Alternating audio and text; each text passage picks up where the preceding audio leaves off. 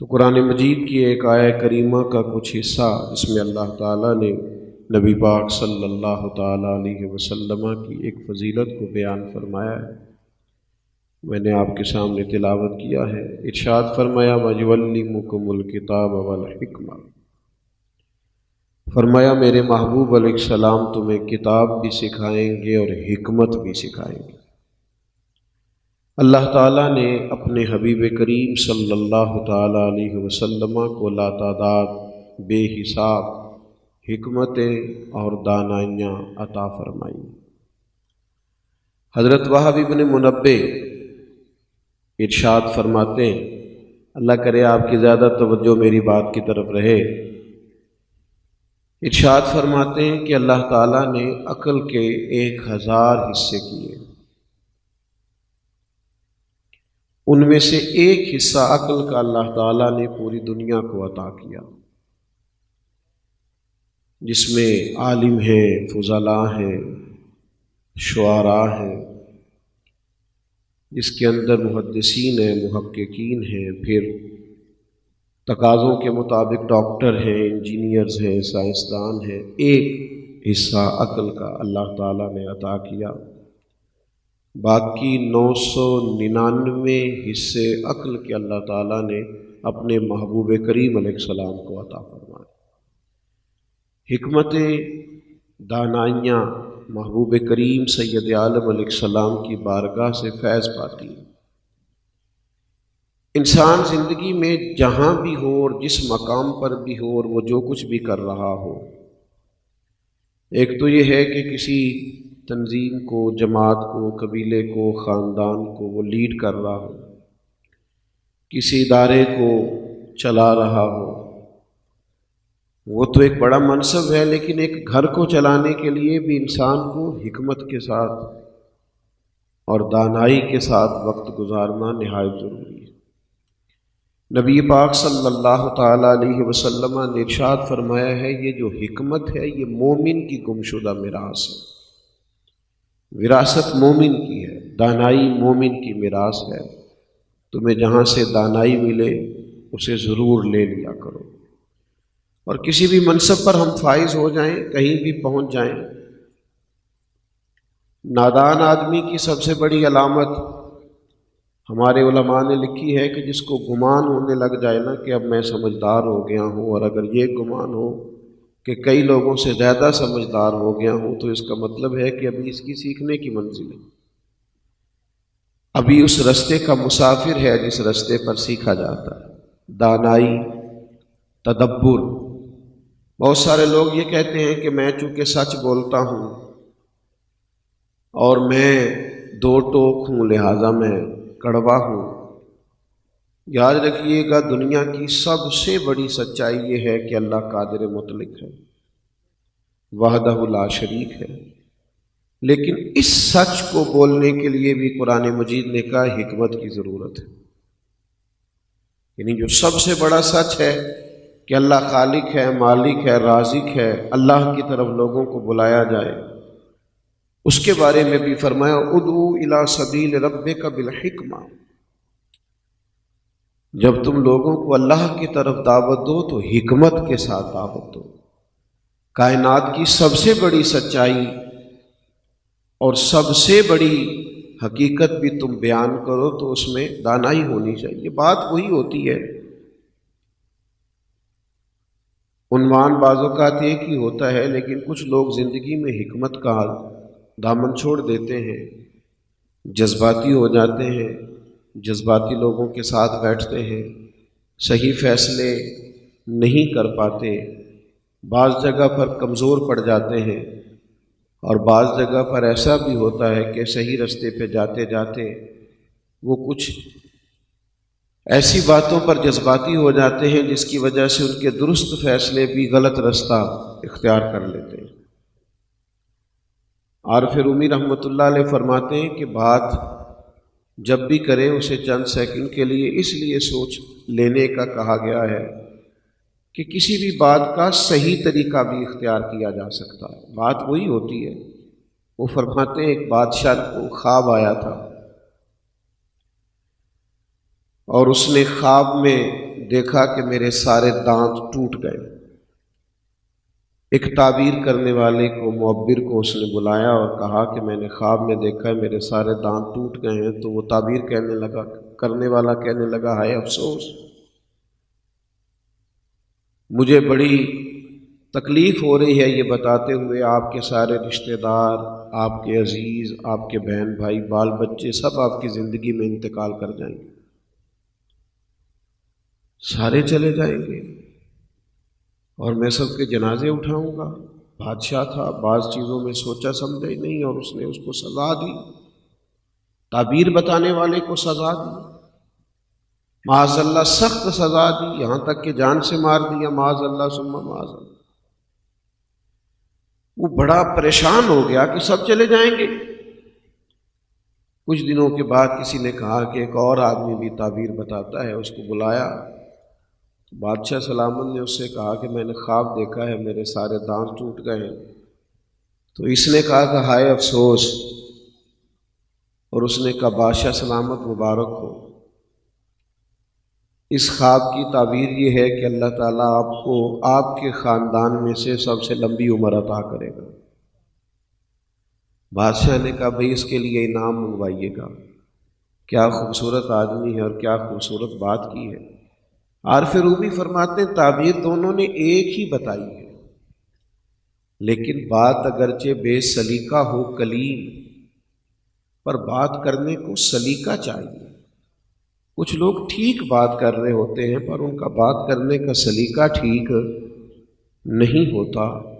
اگرچہ وہ رائے درست دے رہے ہوتے ہیں لیکن وہ کسی دانائی اور تدبر کے بغیر بات کر رہے ہیں۔ آپ دیکھیے نا، چھوٹا بھائی اگر عالم ہے، فاضل ہے اور مالی طور پر مضبوط ہے اور بڑا ہے، لیکن اس سے بڑا بھائی اگر کمزور رہ گیا ہے تعلیم میں بھی اور کاروبار میں بھی اور دنیا کی دوڑ میں بھی، تو دونوں اکٹھے بیٹھے ہوں، اگر کوئی پوچھے آپ میں سے بڑا کون ہے، تو ظاہر ہے اس نے مرتبہ نہیں پوچھا، اس نے عمر پوچھی ہے۔ تو اب مرتبہ نہیں بتایا جائے گا کہ اس کی ڈگریاں مجھ سے زیادہ ہیں اور اس کو کامیابیاں مجھ سے زیادہ ملی ہیں، اس کا رتبہ نہیں بتایا جائے گا، عمر بتائی جائے گی۔ بلا مثال و بلا تشبیہ سمجھانے کے لیے عرض کرتا ہوں، نبی کریم صلی اللہ تعالیٰ علیہ وسلم کے بارے میں بعض لوگ جملے استعمال کرتے ہیں تو وہ کہتے ہیں بھئی میں نے بات ہی تو کی ہے۔ بھئی آپ کو پتہ نہیں ہے نا آپ نے کس کے بارے میں بات کی۔ سرکار کے بارے میں بات کرتے ہوئے آپ وہ جملے استعمال نہیں کریں گے جو عام لوگوں کے لیے کیے جاتے ہیں۔ حضور سید عالم علیہ السلام کے چچا ہیں حضرت عباس رضی اللہ تعالیٰ عنہ، تو ایک شخص نے جناب عباس رضی اللہ تعالیٰ عنہ سے یہ سوال پوچھا کہ آپ بڑے ہیں یا نبی کریم علیہ السلام؟ تو سوال پوچھنے والا مرتبہ نہیں پوچھ رہا، اس لیے کہ وہ جانتا ہے کہ حضور سید الانبیاء ہیں اور مرتبے میں سرکار ہی بڑے ہیں، اس نے ظاہر عمر ہی پوچھی ہے۔ سوال کا مطلب ہی یہ آپ بڑے ہیں یا نبی کریم علیہ السلام، لیکن بات کرنے کو سلیقہ چاہیے۔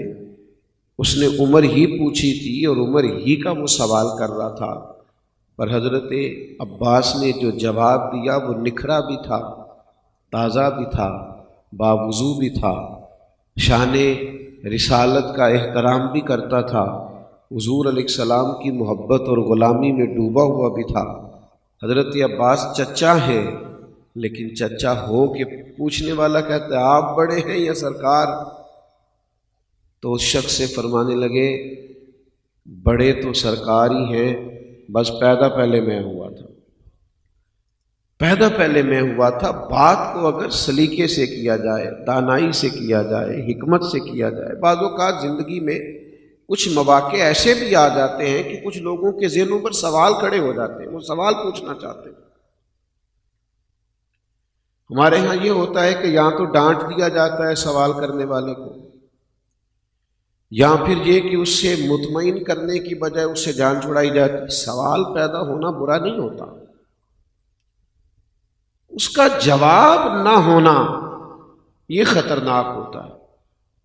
انسان کی اللہ تعالیٰ نے ایک آزمائش یہ کی ہے کہ الذی یوسوس فی صدور الناس، اس کے سینے میں وسوسے اٹھتے ہیں، شیطان اس کے دل کے ساتھ چمٹا ہوا ہے، یہ بہت بڑی آزمائش ہے، اس کو ہر وقت خیالات نے گھیرا ہوا ہے، ہر وقت اس کی ذہنی سطح پر سوال اٹھتے رہتے ہیں، بڑے اپنوں کے لیے بھی، بڑے قریبیوں کے لیے بھی، اور سوال اٹھانے والے غیر نہیں ہوتے، وہ تو بڑے خاص ہوتے ہیں۔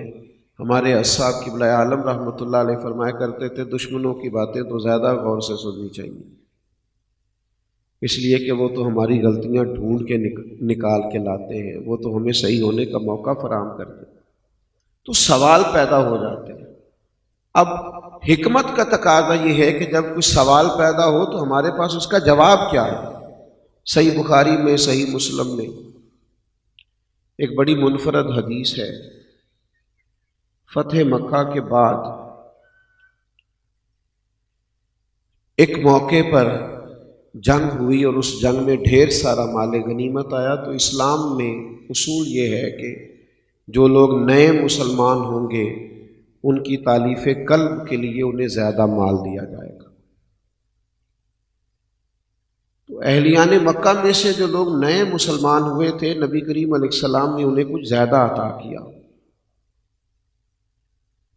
انصار مدینہ میں سے ایک آدھ نوجوان نے یہ کہا کہ یہ جو کرم نوازی اہلیان مکہ پہ ہو رہی ہے نا، اس کی وجہ یہ ہے کہ یہ سرکار کے قریبی ہیں، اس قربت کی بنیاد پر ان پر رحمت زیادہ ہے۔ لیکن یہ بھی ہے کہ ہماری تو تلواروں سے ابھی بھی خون ٹپک رہا ہے جو ان مکے والوں سے ہم نے لڑائیاں کی۔ تو یہ بات چلتے چلتے سرکار تک پہنچ گئی۔ تو اس کے جواب میں محبوب نے ڈانٹا نہیں بلکہ بلایا اور خیمے میں بٹھا لیا۔ آپ کی زیادہ توجہ چاہوں گا اپنی بات پر۔ کریم نے صرف انصار مدینہ کو بلایا اور فرمایا، مدینے والوں تم کہہ سکتے ہو کہ یا رسول اللہ مکے والوں نے تو تکلیف دی تھی، ہم نے اپنی خدمات پیش کی اور غلامی کے لیے ہم حاضر ہوئے۔ تو اہلیان مکہ کی اہلیان مدینہ کی تو پہلی بات سن کر ہی آنکھوں میں آنسو آئے، نہیں یا رسول اللہ، اللہ رسول کا یہ احسان ہے۔ کہا تم کہہ سکتے ہو کہ یا رسول اللہ یہ تو بدر و احد میں تلواریں لے کے آئے تھے اور ہم تھے جنہوں نے جانوں کے نذرانے پیش کیے۔ وہ رو رہے تڑپ رہے، یا رسول اللہ نہیں، آپ ہی کا احسان۔ ماحول اس طرح کا بن گیا کہ ہر آنکھ اشک بار ہے اور ہر طرف آنسوؤں کا وضو ہے، ہر طرف محبت رسول صلی اللہ تعالی علیہ وسلم کے جذبے وارفتگی ہے، شوق ہے۔ یا رسول اللہ وہ ایک آدھ جذباتی نوجوان نے ایسی بات کر دی۔ اب صحابہ فرماتے اس سوال کا جو جواب حضور نے دیا، آج بھی کبھی بخاری مسلم کے ہم یہ صفحات پڑھتے ہیں تو روح وجد کرتی ہے۔ کریم نے اس سوال کا جو جواب دیا وہ بڑا انفرادی ہے۔ انہوں نے سوال کیا تھا کہ مکے والوں پر مہربانی زیادہ ہوئی ہے، مال ان کو زیادہ ملا ہے، تو محبوب نے کئی باتوں کے بعد کچھ دیر سکوت فرمایا اور انصار مدینہ کے خوبصورت خدمات کا ذکر کیا اور پھر ان کے چمکتے چہرے دیکھے، تو آخری جملہ جو کہا تو وہ تو تڑپ ہی اٹھے۔ ان کا دل کرنے لگا کہ جو ہمیں ملا ہے یہ بھی کبھی واپس لے لیا جائے نا تو بڑا اچھا ہوگا۔ کریم فرمانے لگے، میرے مدینہ منورہ کے بھولے انصار، کیا تم یہ پسند نہیں کرتے کہ مکے شریف والے جب اپنے گھر جائیں تو اونٹ، بھیڑ اور بکریاں لے کے جائیں، اور انصار مدینہ جب اپنے گھر جائیں تو اللہ کے رسول کو ساتھ لے کے جائیں؟ کیا تم یہ پسند نہیں کرتے کہ تم جب جاؤ تو رسول رحمت تمہارے ساتھ ہو؟ اب تو حالت غیر ہو گئی، اب تو وہ کہنے لگے، ان کے دل بولنے لگے، ان کی روحیں گویا کہنے لگی کہ جو ہمیں ملا ہے کبھی یہ بھی نہ ملے، تو یہ ہمارے لیے سب سے بڑی سعادت ہے کہ کریم نے فرمایا تم یہ پسند نہیں کرتے کہ میں تمہارے ساتھ جا رہا ہوں۔ تو عزیز دوستو، ذہنوں پر سوال تو اٹھتے ہیں، بعض اوقات بعض جگہوں پر بعض چیزیں جنم تو لیتی ہیں، لیکن جب اپنوں کے ذہنوں میں کسی وقت کو خیال آئے تو اس کا جواب خوبصورت ہو، انداز خوبصورت ہو۔ نئی نسل اگر ہمارے سامنے کوئی سوال رکھے تو اس پر خوبصورتی ہو، دانائی ہو، حکمت ہو، اور پھر نبی کریم صلی اللہ تعالی علیہ وسلم کا انداز ہمیشہ حکیمانہ رہا۔ آپ کو پتہ ہے شیخ سعدی رحمۃ اللہ علیہ فرماتے ہیں اس شخص سے اللہ بڑا راضی ہوتا ہے جس کو درست فیصلے کرنے کی مالک توفیق عطا کرتا ہے۔ اور یہ کس کو ملتی ہے؟ یا ایھا الذین آمنوا ان تتقوا اللہ یجعل لکم فرقان، اے ایمان والو اگر تم اللہ سے ڈرو گے تو اللہ تمہیں فرقان عطا کرے، حق اور باطل میں فرق کرنے کی طاقت دے گا، تمہیں بصیرت کا نور دے گا، تمہارے فیصلے درست ہونے لگیں گے، تمہیں اللہ تعالیٰ حکمت اور دانائی عطا کر دے گا۔ اور نبی پاک علیہ السلام نے فرمایا کہ حکمت کی بنیاد ہی اللہ کا خوف۔ جو لوگ اللہ سے ڈرتے ہیں اللہ تعالیٰ انہیں حکمت عطا کر دیتا ہے، ان کے فیصلے درست ہونے لگتے ہیں، ان کی رائے صحیح رستہ اختیار کرنے لگتی ہے۔ میرے عزیزو، ایک موقع فتح مکہ پر ایسا بھی آیا تھا جب نبی کریم علیہ السلام کو ایک مشکل فیصلہ کرنا تھا، اور بات بڑی انفرادی صورتحال اختیار کر گئی اور لوگوں کی نظریں اس بات پر جم گئیں کہ اب اس بات کا سرکار کیا فیصلہ کرتے ہیں۔ حضرت سعد ابن عبادہ رضی اللہ تعالیٰ عنہ بڑے جلیل القدر صحابی ہیں اور بڑی خدمات ہیں، لیکن طبیعت کے لحاظ سے بڑے حساس تھے، لہجے کے لحاظ سے بڑے نفیس تھے۔ ہوا یہ کہ یہ اسلام کا جھنڈا ان کے ہاتھ میں تھا، علم بردار تھے، تو جس کے ہاتھ میں جھنڈا ہوتا تھا وہ سب سے آگے ہوتا تھا، اس کی شناخت ہوتی تھی، علم بردار تھے اسلامی فوج کے۔ لیکن کچھ معاملہ ایسا درپیش آیا، حالات نے رخ ایسا اختیار کیا اور اس جگہ پر حالات آ کے کھڑے ہو گئے کہ جھنڈا حضرت سعد ابن عبادہ سے لینا پڑے گا، لیکن ان کی کوئی ایسی غلطی بھی نہیں ہے معاذ اللہ جس کی بنیاد پر یہ کام کیا جائے، پر تقاضا ہے، حالات ایسا ہے۔ امید ہے آپ میری بات سمجھ رہے ہوں گے کہ بعض اوقات انسان دوراہے پہ کھڑا ہو جاتا ہے کہ بھئی اب یہ بڑا عجیب مسئلہ ہے، کیا کیا جائے؟ کوئی ایسی واضح غلطی بھی نہیں ہے اور موقع بھی ایسا ہے کہ ان سے جھنڈا لیا جائے۔ تو صحابہ کرام علیہم رضوان فرماتے ہیں ہماری نظریں جمی ہوئی تھی کہ کریم محبوب علیہ السلام کیا فیصلہ فرماتے ہیں، اور یہ فیصلہ بڑا مشکل تھا، اس شخص کی بڑی خدمات ہے اور اس عظیم المرتبت صحابی نے اپنی جان مال ہر چیز دین کے لیے پیش کر رکھی ہے، اور اب فیصلہ یہ ہے کہ انہی سے جھنڈا لینا۔ تو کہتے ہیں ہر آدمی کی نظریں جمی ہوئی تھی فیصلہ کیا آتا ہے، پر جب فیصلہ آیا اور جب سرور کائنات صلی اللہ تعالیٰ علیہ وسلم نے اپنی حکمت اور دانائی کے ساتھ رائے دی تو اس طرح لوگوں کی روحیں کھلیں کہ ہر آدمی حیران رہ گیا۔ حضور سید عالم علیہ الصلوۃ والسلام نے فرمایا کیا سعد ابن عبادہ سے جھنڈا لینے کی بات ہے تو لے لیتے، اگر ہمیں اپنا علم بردار بدلنا ہے تو بدل لیتے، تو کیا کیا جائے گا، کس طرح جھنڈا لیا جائے گا؟ تو محبوب کریم نے بلایا، حضرت سعد ابن عبادہ رضی اللہ تعالیٰ عنہ حاضر بارگاہ ہوئے۔ نبی کریم علیہ السلام نے فرمایا بھائی میں نے فیصلہ کیا ہے تم سے جھنڈا لیا جائے گا۔ انہوں نے یوں نظریں اٹھائیں، اس سے پہلے کہ وہ کوئی سوال عرض کرتے کریم فرمانے لگے میں نے فیصلہ کیا ہے کہ جھنڈا آپ سے لیا جائے گا اور آپ کے بیٹے کو دیا جائے گا۔ کسی باپ کے لیے اس سے بڑھ کر کوئی خوشی کا موقع نہیں ہوتا کہ اس کی زندگی میں ہی اس کا بیٹا ان کاموں کو سنبھالنے لگے جو وہ اپنی زندگی میں کرتا ہے۔ وہ بات جس سے حضرت سعد ابن عبادہ بڑے پریشان ہو سکتے تھے، اور جس سے انہیں بڑی تکلیف ہو سکتی تھی اسی بات نے انہیں خوش کر دیا۔ ان کا چہرہ تو کھل اٹھا، یا رسول اللہ میرا بیٹا؟ تو محبوب نے فرمایا ہاں، میں نے یہ فیصلہ کیا ہے کہ اب یہ جھنڈا تمہارا بیٹا سنبھالے گا۔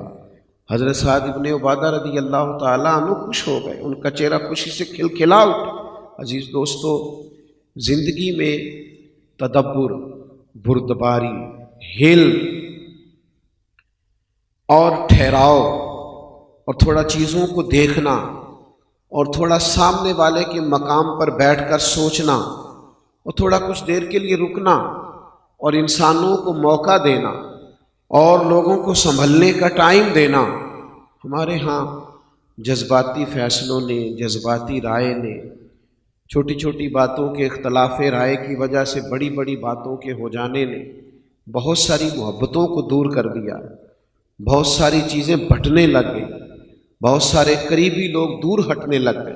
ہمیں کچھ ایسا کرنا چاہیے کہ دانائی کے ساتھ معاملات زندگی، یہ ہمارے بچے، ہمارا آنگن، ظاہر ہے والد کی یہ خوشی ہوتی ہے کہ میرا گھر میں جتنے بھی بچے ہیں وہ بڑی خوبصورتی کے ساتھ آگے بڑھے۔ یہاں بھی نبی کریم علیہ السلام نے دانائی کا کہا۔ انسان کا اپنے دل پر قابو نہیں ہوتا، کئی دفعہ کسی بچے سے زیادہ محبت ہو جاتی ہے، زیادہ پیار ہو جاتا ہے، وہ لائق ہے، وہ سمجھدار ہے، وہ پڑھائی میں تیز ہے، وہ فرما برداری میں آگے ہے، لیکن اللہ کے حبیب علیہ السلام نے اولاد میں عدل کرنے کا کہا۔ جب ایک صحابی نے اپنے لائق اور فرما بردار بیٹے کو گھوڑا خرید کے دیا اور عرض کی کہ یا رسول اللہ میں نے اسے گھوڑا خرید کے دیا ہے، تو محبوب نے فرمایا دوسرے والے کو بھی دیا ہے؟ نہیں یا رسول اللہ اسی کو دیا ہے۔ تو فرمایا پھر اللہ سے ڈریں اور اپنی اولاد میں انصاف کریں، پھر دوسرے کو بھی آپ نے کوئی ایسا کام نہ کریں جس سے تفریق پیدا ہو، جو دانائی کے خلاف ہو، حکمت کے خلاف۔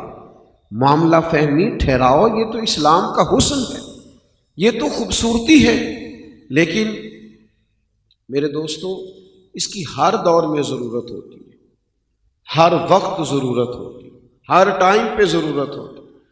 اور وہ چونکہ ہمارے ہاں بعض لوگ طے کر لیتے ہیں کہ سب سے زیادہ سمجھدار میں ہی ہوں،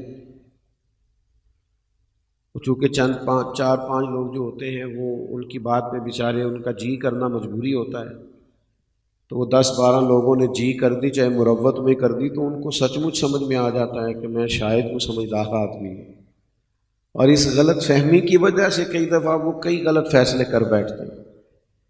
اگر تدبر، حکمت، دانائی اس کو سمجھا جائے، حدیبیہ کے موقع پر نبی کریم علیہ السلام کے ساتھ 1400-1500 صحابہ ہیں اور سب نے احرام باندھ رکھے۔ اب یہ کہ قریش نے روک لیا ہے اور فیصلہ یہ ہوا ہے کہ یہ احرام کھول دیے جائیں گے اور واپس جایا جائے گا۔ یہاں تو بھئی فلائٹ لیٹ ہو جاتی ہے تو لوگ تکلیف میں کا شکار ہو جاتے ہیں اور اعصاب شکن لوگوں کے جذبات ہوتے ہیں کہ یہ اب احرام باندھا ہوا ہے اور اس کو کھولیں گے اور اب واپس جائیں گے، تو ہر آدمی سوال کھڑا کرے گا کہ آپ واپس لوٹ آئے اور آپ تو گئے تھے اور آپ مل کے گئے تھے، اور یہ تو بار بار ہر آدمی کو سوال کا جب مشکل کام ہے۔ آپ مشورہ جب کرتے ہیں نا تو مشورے میں بعض اوقات اس آدمی کی بات بھی قبول کر لی جائے، غور کر لیا جائے، اس کے بارے میں شاید آپ کا خیال یہ ہے کہ میں اس سے زیادہ سمجھدار ہوں، لیکن اللہ تعالیٰ کس وقت کس کے دل میں کوئی بات ڈال دے۔ سرکار کو اللہ تعالیٰ نے سب سے زیادہ عقل عطا فرمائی، لیکن جب کریم نے فرمایا نا صحابہ سے کہ احرام کھول دو، مشکل تھا، تڑپ رہے تھے جذبات حرم مکہ کو دیکھنے کے لیے۔ جو لوگ سالوں کے بعد جائیں یا خدا نخواستہ کسی پابندی کے بعد جائیں یا کسی مجبوری کے بعد جائیں اور سالوں کے بعد بیت اللہ کو دیکھیں، ان کی کیفیت کیا ہوگی؟ یہ سالوں کے بعد لوٹ رہے تھے، تو تلاطم تھا جذبات کے اندر۔ تو اب احرام کھولنا، سرکار نے اشارتاً کہہ تو دیا احرام کھول دو، لیکن وہ اٹھ رہے تھے اور ان کا ماحول اور ان کی وہ تڑپ، تو محبوب اپنے خیمے میں گئے تو ام المومنین جناب صفیہ رضی اللہ تعالیٰ عنہ، ام المومنین ایک تشریف فرما تھیں، تو سرکار نے ان سے فرمایا میں نے ان سے کہا ہے احرام کھول دو، لیکن بعض لوگ بیچارے اس طلب اور تڑپ میں ہیں بیت اللہ شریف جانے کی۔ تو انہوں نے عرض کی یا رسول اللہ اگر اجازت دیں تو ایک چھوٹی سی بات عرض کروں؟ تو کریم نے فرمایا کہیے۔ تو جناب صفیہ ام المومنین عرض کرنے لگی یا رسول اللہ صلی اللہ تعالیٰ علیہ وسلم، اگر آپ ان کے سامنے احرام کھول دیں گے نا تو حضور یہ غلام آپ کی ہر ادا پہ جان دینے کو تیار ہے، چونکہ آپ نے ابھی احرام باندھا ہے۔ محبوب آپ کا احرام جب یہ آپ کو سلے ہوئے کپڑے پہنے دیکھیں گے، کچھ نہیں کہا میرے کریم نے، باہر جا کے دوبارہ ارشاد نہیں فرمایا، بس محبوب کپڑے پہن کر باہر تشریف لے گئے۔ تو جیسے ہی محبوب کو لباس بدلے ہوئے دیکھا، سب نے لباس بدل لیے۔ ہم نے نہ کبھی قطرے پہ غور کیا اور نہ دریا دیکھا، بس جہاں تیری جھلک دیکھی وہیں ڈوب گئے۔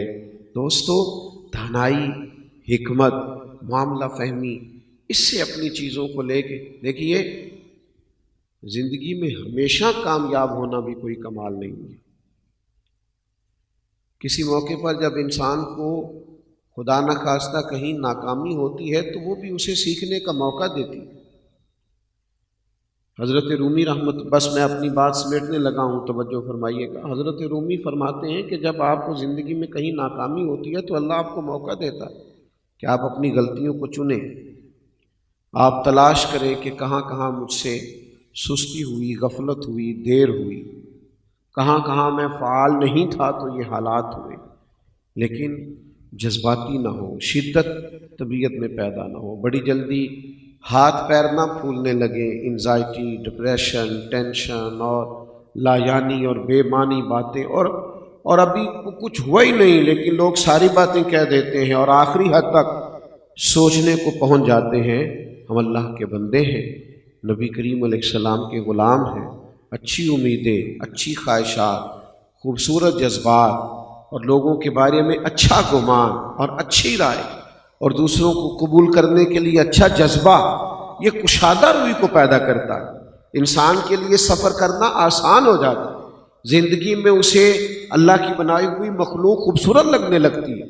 کبھی تدبر کا دامن نہ چھوڑیں، ہر موقع پر، ہر ٹائم حکمت کا، دانائی کا مظاہرہ کرنا، ہاں مشورہ کرنے کے لیے ضرور سمجھدار لوگوں کا انتخاب کریں۔ حضرت مولا علی شیر خدا رضی اللہ تعالیٰ عنہ نے امام حسن رضی اللہ تعالیٰ عنہ سے فرمایا تھا بیٹا 3 لوگوں سے کبھی مشورہ نہیں کرنا۔ ایک تو بزدل آدمی سے کبھی مشورہ نہیں کرنا، اس لیے کہ جو خود بزدل ہوتا ہے وہ تمہیں کبھی بہادر نہیں کرے گا۔ اور دوسرا فرمایا جو آدمی حریص ہو، لالچی ہو، اس کا دل آزاد نہیں ہوتا، وہ بیچارہ ہر وقت لالچ کے پھندے میں پھنسا ہوا ہوتا ہے، اس سے مشورہ نہیں کرنا۔ اور تیسرا فرمایا بخیل سے مشورہ نہیں کرنا، اس لیے کہ جس کا دل بڑا نہیں ہوتا اس کا ذہن بھی بڑا نہیں ہوتا۔ ایسے لوگوں سے مشورہ نہ کرنا، باقی مشاورت کرنا تمہیں کوئی خیر والا آدمی اگر مل جائے۔ انسان جیسے جیسے بے مقصد وقت گزارتا ہے نا، اپنے آپ سے اکتانا شروع کر دیتا ہے۔ پھر بڑے بڑے لوگوں نے، فلسفی تھے، پڑھے لکھے تھے، دنیاوی ڈگریاں رکھتے تھے، انہوں نے ڈھونڈنا شروع کیا ہم کون ہیں، کہاں سے آئے ہیں، کس لیے آئے ہیں، اپنے خالق کا پتہ، اپنے مالک کی پہچان۔ اس مقصد کے لیے لوگوں نے زندگیاں کھپا دیں، لیکن جب لوگوں کو اس ہستی کا پتہ نہ چلے، نشانیاں تو سمجھ میں آئیں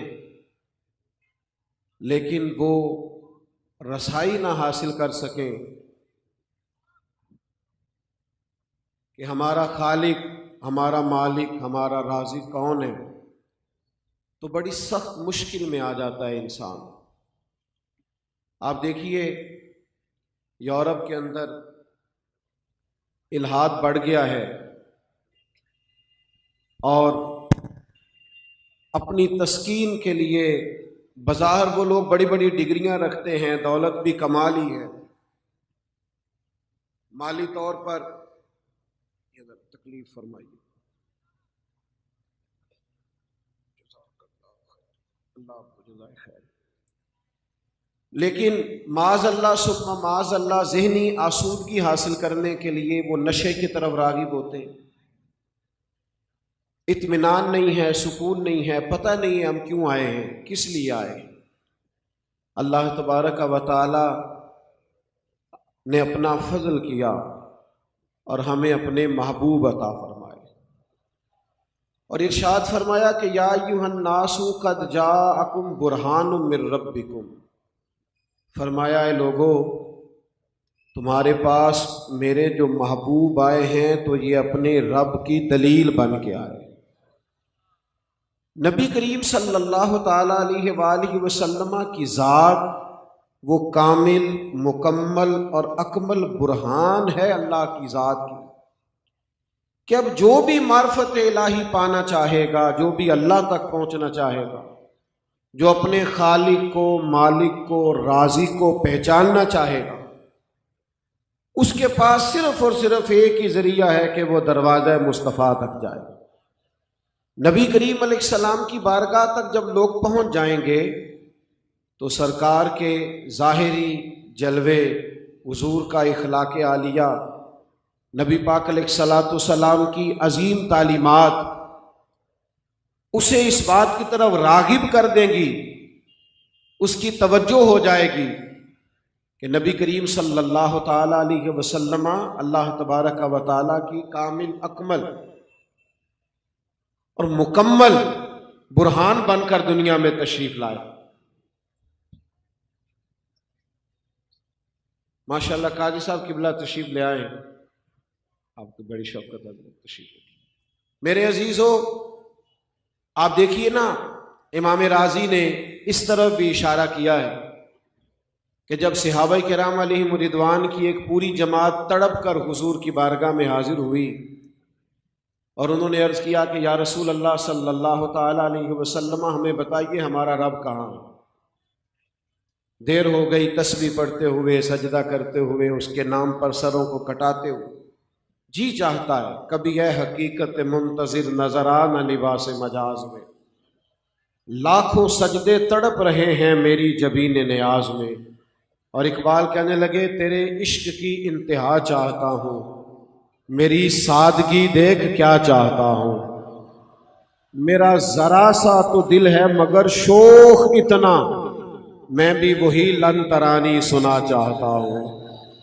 میرا بھی دل کرتا ہے میں تجھے کہوں میں تجھے دیکھنا چاہتا ہوں، اور تو کہے لن ترانی، تو نہیں دیکھ سکتا، تیرے عشق کی انتہا چاہتا ہوں اور میری سادگی دیکھ کیا چاہتا ہوں، ذرا سا تو دل ہے مگر شوق اتنا، میں وہی لن ترانی سنا چاہتا ہوں۔ پھر خود ہی کہنے لگے بری بزم میں راز کی بات کہہ دی، بڑا بے ادب ہوں سزا چاہتا ہوں۔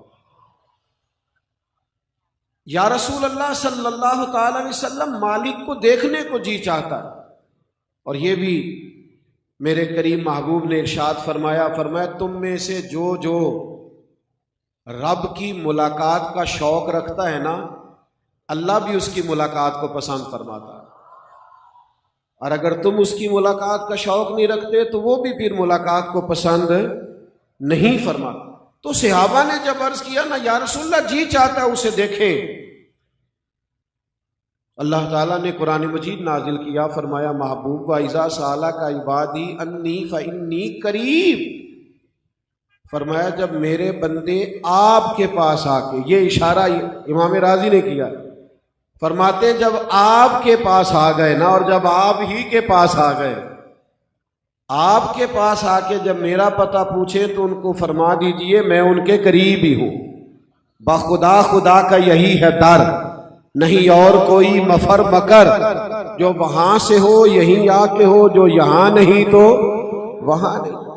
تو نبی پاک علیہ السلام کی ذات معرفت الہی کا سب سے بڑا، سب سے بہترین ذریعہ ہے۔ اگر سرکار کو نہ پہچانا جائے، حضور کی بارگاہ تک حاضری نہ دی جائے تو اللہ کی پہچان کیسے ہو؟ نبی کریم علیہ السلام کی بارگاہ تک جیسے جیسے کوئی بڑھتا جاتا ہے، آج بھی جو حضور کے شمائل کو، فضائل کو، خصائل، نبی پاک کی سیرت پاک کو پڑھتا ہے، حضور کے کمالات کو دیکھتا ہے، اسوہ حسنہ کی نورانیت کو دیکھتا ہے، خلق عظیم کا کمال دیکھتا ہے، اس پر معرفت الہی کھلتی ہے، وہ اللہ کی بارگاہ کے قریب جاتا ہے۔ حضرت عبداللہ ابن رواحہ رضی اللہ تعالیٰ عنہ بیان فرماتے ہیں، کہتے ہیں نبی کریم علیہ السلام کوئی معجزہ نہ بھی دکھاتے، سرکار ڈوبے ہوئے سورج کو واپس نہ بھی لاتے، چاند کے 2 ٹکڑے نہ بھی کرتے، درخت سجدہ نہ بھی کرتے، اور پتھر کلمہ نہ بھی پڑھتے، تو حضرت عبداللہ ابن رواحہ فرماتے ہیں نبی کریم کا چہرہ ہی ایسا تھا، لوگوں نے دیکھتے جانا تھا اور کلمہ پڑھتے جانا تھا۔ اللہ تعالیٰ نے محبوب پاک میں آپ کی خدمت میں ایک بات عرض کروں، دنیا میں سب سے زیادہ تکلیف میں وہ شخص ہوتا ہے جو مشکوک ہو جاتا ہے۔ آج کل کی زبان میں کہا جاتا ہے یہ بندہ ڈبل مائنڈیڈ ہے، قوت فیصلہ سے محروم ہے، اسے پتہ نہیں میں نے جانا ہے کہ نہیں جانا، کرنا ہے کہ نہیں کرنا، آگے بڑھنا ہے کہ نہیں بڑھنا۔ جو لوگ قوت فیصلہ سے محروم ہوتے ہیں وہ دنیا میں کوئی کام نہیں کر پاتے، پیچھے رہ جاتے ہیں۔ تو جن لوگوں کو مشکوک کر دیا جاتا ہے نا، جن کے دلوں میں تشکیک پیدا کر دی جاتی ہے، جو شک میں مبتلا ہو جاتے ہیں، معرفت الہی تو ملے گی حضور کے دروازے سے، اور اگر نبی پاک علیہ السلام کی ذات کو ہی مشکوک کر دیا جائے معاذ اللہ، تو لوگ عقیدہ توحید سے بھی محروم ہو جائیں گے۔ آپ دیکھیے بڑے سے بڑے کافر بھی جب کلام کرتے تھے تو حضور کے بارے میں شک نہیں کر پاتے، نبی پاک کی ذات کے بارے میں ان کی زبانوں پر کوئی کچا جملہ نہیں آ پاتا، وہ مجبور ہو جاتے تھے۔ بخاری میں موجود ہے، شاہ روم نے جب جناب ابو سفیان ابھی مسلمان نہیں ہوئے تھے، اور ویسے بھی اور بھی غم ہیں زمانے میں محبت کے سوا، صرف موبائل ہی موبائل نہیں رہنا چاہیے، اور بھی بڑا کچھ ہے بھائی۔ آپ سارے ویڈیو بنانے والے، ہم نے ساری قوم کو صحافی نہیں بنانا، اور بھی کچھ بنانا ہے، تو مہربانی کریں آپ یہ 2-4 دوست جو بنا رہے ہیں انشاءاللہ آپ کو دے دیں گے۔ سید صاحب نے تو میرے ساتھ محبت اتنی فرمائی، مجھے اتنا اصرار کیا، کل میں ہاسپٹل میں تھا تو باقیوں سے میں نے کہا بیمار ہوں، شاہ صاحب سے نہیں کہا، اس لیے نہیں کہا، میں نے کہا جتنا اصرار ہے اور جتنے عرصے سے میں ان کو انکار کر رہا ہوں، ان کو یہ بات بتا کے تھوڑا سا بھی میں نہیں پریشان کرنا چاہتا، اور میں 10-15 منٹ پہلے آیا تاکہ وہ کسی پریشانی کا شکار نہ ہو۔ اللہ تعالیٰ ان ہمارے بزرگوں کو سلامت رکھے، اور اللہ تعالیٰ اس گلشن کو آباد رکھے، اور اللہ تعالیٰ حضرت شاہ تراب الحق قادری رحمۃ اللہ علیہ کے فیضان کو ہمیشہ عام رکھے۔ یہ بڑی قیمتی چیزیں ہیں، یہ کبھی آپ ماضی میں جھانکیں گے تو آپ کو اندازہ ہوگا کہ یہ کتنا بڑا اور مضبوط کام ہے۔ آپ میری بات پر غور فرمائیے گا، جو بات عرض کر رہا ہوں بڑی قابل غور ہے۔ ابو سفیان کہتے ہیں ایک سوال پوچھا بادشاہ نے، اس نے پوچھا کہ تم نے بتایا ہے کہ انہوں نے دعویٰ نبوت کیا ہے، اور یہ بھی بتایا ہے کہ رشتے میں، بیٹا بیٹھ جاؤ، صحیح کہہ رہے ہیں، بیٹھ جائیں آپ بھی بیٹھ جائیں، کیمرے والے بھائی تشریف رکھیں، اللہ سلامت رکھے، تشریف رکھیں بھائی۔ ابو سفیان کہتے ہیں ایک سوال یہ پوچھا بادشاہ نے مجھ سے، کئی سوالات ہوئے، یہ زیادہ غور کرنا ذرا۔ کہتے اس نے پوچھا یہ بتائیے وہ جنہوں نے دعویٰ نبوت کیا ہے کیا کبھی انہوں نے جھوٹ بھی بولا ہے؟ پتہ ہے امت کا کیا حال ہے، صادق اور امین بندہ ہی نہیں ملتا۔ اب تو لوگ جھوٹ بولتے نہیں، انہوں نے نام ہی بدل دیا، اب لوگوں نے جھوٹ کا نام بہانہ رکھ لیا، جس طرح غیبت کا نام بدل کے گپ شپ رکھ لیا ہے نا، گناہوں کے نام بدل لیے۔ کیا کبھی اس محبوب نے جھوٹ بھی بولا ہے؟ یہ دیکھو کتنی کامل اور اکمل دلیل بن کے نبی کریم آئے ہیں، بظاہر مخالف ہیں۔ ابو سفیان کہتے ہیں میں کچھ منٹوں کے لیے چپ ہو گیا، پھر پوچھا بتاؤ، تو میں نے کہا گویا رشتے میں وہ میرے بھتیجے ہیں، میری مخالفت اپنی جگہ پہ، میں جنگوں میں مخالف ہو کر سامنے آتا ہوں، پر وہ میرے سامنے پیدا ہوئے، میں نے ماں کی گود میں بھی دیکھا، دادا کے کندھوں پر بھی دیکھا، جناب سیدہ خدیجہ کا دولہا بنے بھی دیکھا، ان کی گود میں بیٹیوں کو کھیلتے بھی دیکھا، اور میرے سامنے ان کے مقدس بال سفید ہوئے۔ ابو سفیان کہنے لگے مجھے قسم ہے، مخالفت اپنی جگہ پر اس محبوب کی زبان سے جب بھی نکلا حق اور سچ ہی نکلا ہے۔ اسیر دشمن کی چاہ میں بھی، وہ مخالفوں کی نگاہ میں بھی، امی ہے، صادق ہے، معتبر ہے، میرا پیغمبر عظیم تر ہے۔ دوستو، کہتے گفتگو ختم ہوئی، میں نے بادشاہ سے کہا کوئی نتیجہ تو بیان کریں، تو یہ دیکھیں بادشاہ اس بات سے کہاں پہنچا ہے، اس بات سے وہ پہنچ کہاں گیا؟ وہ کہنے لگا سردار نتیجہ تو نکل آیا ہے۔ جس بندے نے کبھی بندوں سے جھوٹ نہیں بولا، وہ بھلا یہ والا جھوٹ کیوں بولے گا کہ میں اللہ کا رسول بن کے آیا ہوں؟ اگر یہ سچ ہے کہ وہ ہمیشہ سچ بولتے ہیں، تو پھر ان کی یہ بات بھی سچ ہے کہ میں اللہ کا رسول۔ میرے بھائیوں، حضور کی معرفت، نبی پاک کا پیار، نبی پاک سے وابستگی، آپ کو پتہ ہے بڑی محنت کی ہے ہمارے بزرگوں نے ہمیں نبی پاک کا دیوانہ بنانے کے لیے، بڑی مشقت کی ہے۔ ہر دوسری بات عشق رسول کی، ہر تیسرا جملہ ادب رسول کا، انہوں نے بڑی محنت کی۔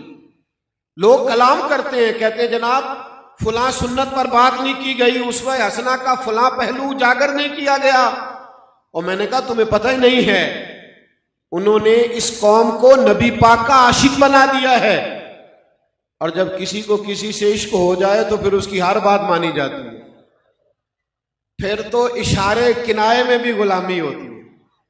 حضرت امام محمد بن حنبل غلام خرید کے لائے تو فرمایا تیرا نام کیا ہے؟ کہنے لگا حضور غلاموں کا نام نہیں ہوتا، آپ کسی نام سے بھی پکاریں گے تو میں سمجھوں گا مجھے ہی پکار رہے ہیں۔ فرماتے ہیں پہلی بات پر ہی مجھے وجد ہو گیا، تو میں نے کہا تو کھائے گا کیا؟ تو کہنے لگا غلاموں کے نخرے نہیں ہوتے، جو ملے گا کھا لوں گا۔ میں نے کہا یہ کمرے پسند کر لے جو اچھا لگے، تو کہنے لگا حضور غلام اور پسند ناپسند؟ فرماتے میں نے اسے کہا اٹھ میرے سینے سے لگ، تو غلام بننے کے نہیں، تو آقا بننے کے قابل ہے، جا میں نے تجھے آزاد کیا۔ بھائی نبی پاک کے غلاموں کو اتنی معرفت ہو گئی تھی حضور کی بات کی۔ اب میں کوشش کر رہا ہوں آپ سے بات ہو سکے، لیکن دو چار دوست ہیں جو ترتیب سیدھی کرا رہے ہیں۔ بھائی آپ میری طرف دیکھیں، پیارے بھائی آپ میری بات سنیں، اللہ آپ کو سلامت رہے۔ بھائی جان آپ چھوڑیں، بس ان کو چھوڑ دیں، کچھ دوست جہاں کھڑے ہیں اب تو بات مکمل ہونے پہ آئی۔ اصل مسئلہ یہ نہیں ہے کہ دوست ترتیب سے نہیں کھڑے، فقیروں کے ڈیرے پہ رونق کی بہت زیادہ ہے۔ وہ مجھے ایک صاحب نے کہا تھا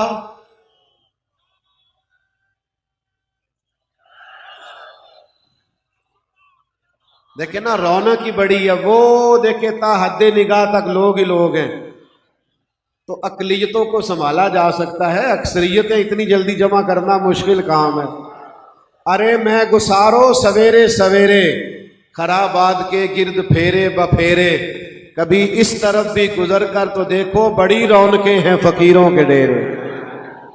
یہ رونق کی بڑی لگی ہوئی ہے تو کیسے کنٹرول کیا جائے؟ بہرحال آپ چھوڑ دیں جی، یہ چپ کرانے والے چپ کر دیں، سنیں بس بات سنیں، آپ چھوڑیں، آپ میری طرف دیکھیں۔ بھائی نبی پاک علیہ السلام سے جب پیار ہو گیا نا صحابہ کو، وہ سمجھ گئے، تو پھر تو حال یہ تھا کہ حضرت سعید رضی اللہ تعالیٰ عنہ نماز پڑھ رہے ہیں، تو سرکار نے آواز دی، تو کہتے ہیں میں جلدی سے نماز مکمل کر کے حاضر ہوا، جامع ترمذی میں موجود ہے۔ سرکار نے فرمایا بلایا تو آئے نہیں، عرض کی یا رسول اللہ نماز پڑھ رہا تھا، تو فرمایا تم نے اللہ کا فرمان نہیں پڑھا جب رب رسول بلائے تو فوراً حاضر ہو جاؤ؟ نہیں، نماز چھوڑ کے آنا چاہیے۔ علماء نے مسئلہ لکھا ہے کہ اگر کسی کو نبی کریم بلائیں تو وہ نماز چھوڑ کے آ جائے، اور جہاں سے چھوڑی تھی وہیں سے جا کے دوبارہ شروع کر لے، سجدہ سہو کی بھی ضرورت نہیں ہے، اس لیے کہ محبوب پاک کی بارگاہ تک پہنچنا ہی اللہ کی بارگاہ تک پہنچنا۔ حضور سے جب پیار ہو گیا، عشق ہو گیا، وارفتگی ہو گئی، پھر تو اشارے کنائے سے کیا ہوا سرکار کا حکم بھی صحابہ مانتے تھے۔ ابھی ہم آپ کو کہہ رہے ہیں نا ذرا بیٹھ جائیں، اور بار بار کوشش کر رہے ہیں کہ مجمع کنٹرول میں آئے، لیکن تعداد بہت زیادہ ہے۔ اسی طرح حضور خطبہ جمعہ ارشاد فرما رہے ہیں، کبھی کبھی کہنا پڑ جاتا ہے نا، ہمارے مجمع کی تو مثال نہیں دی جا سکتی، بلا مثال و بلا تشبیہ، وہ تو سرکار کا مجمع پاکیزہ۔ تو سرکار نے نا ایک صحابی کھڑے ہو گئے تو ان سے فرمایا بیٹھ جائیے، بیٹھ جائیے۔ تو وہ اکیلے سے کہا بیٹھ جائیے، ایک مسجد کے دروازے تھے وہ وہیں بیٹھ گئے، ایک قبیلہ بنو غنم میں تھے وہ وہیں بیٹھ گئے۔ تکمیل نماز پر سرکار نے فرمایا آپ کہاں تھے، آپ کہاں تھے، آپ کہاں تھے؟ یا رسول اللہ وہ آپ کی آواز آئی تھی بیٹھ جاؤ تو بیٹھ گئے؟ فرمایا آپ سے تو کہا ہی نہیں، آپ سے تو کہا ہی نہیں، میں نے تو فلاں سے کہا تھا۔ یا رسول اللہ آپ نے نام تو نہیں نہ لیا، ہم نے نہ کبھی قطرے پہ غور کیا اور نہ دریا دیکھا، بس جہاں تیری جھلک دیکھی وہیں ڈوب گئے۔ شیر پنجابی کا ہے، اور آپ کو سمجھ آ گیا تو ٹھیک ہے، نہ بھی آیا تب بھی ٹھیک ہے۔ ایک درویش نے کہا تھا سانو قید سجن دا گہنا ہے، او جینج رکھے ایسا اونج رہنا ہے۔ دوستو، نبی کریم کی غلامی اختیار کرے۔ لوگ ہمیں تشکیک میں ڈالنا چاہتے، مشکوک کرنا چاہتے، ذات رسالت کے بارے میں کبھی کسی کمزور بات کرنے والے کی بات کو نہ سننا، اپنی نظریاتی سرحدوں کی حفاظت کرنا، ایمان اور عقیدے پر پختہ رہنا، اور یاد رکھنا اگر ہم عقائد پر پکے رہیں گے تو اعمال بھی آسان ہو جائیں گے۔ اگر عقائد کی پختگی نصیب نہیں ہوگی تو اعمال کی پختگی کیسے نصیب ہوگی؟ عقائد میں جب لوگ کمزور ہو جاتے ہیں تو اعمال میں بھی کمزور ہو جاتے ہیں۔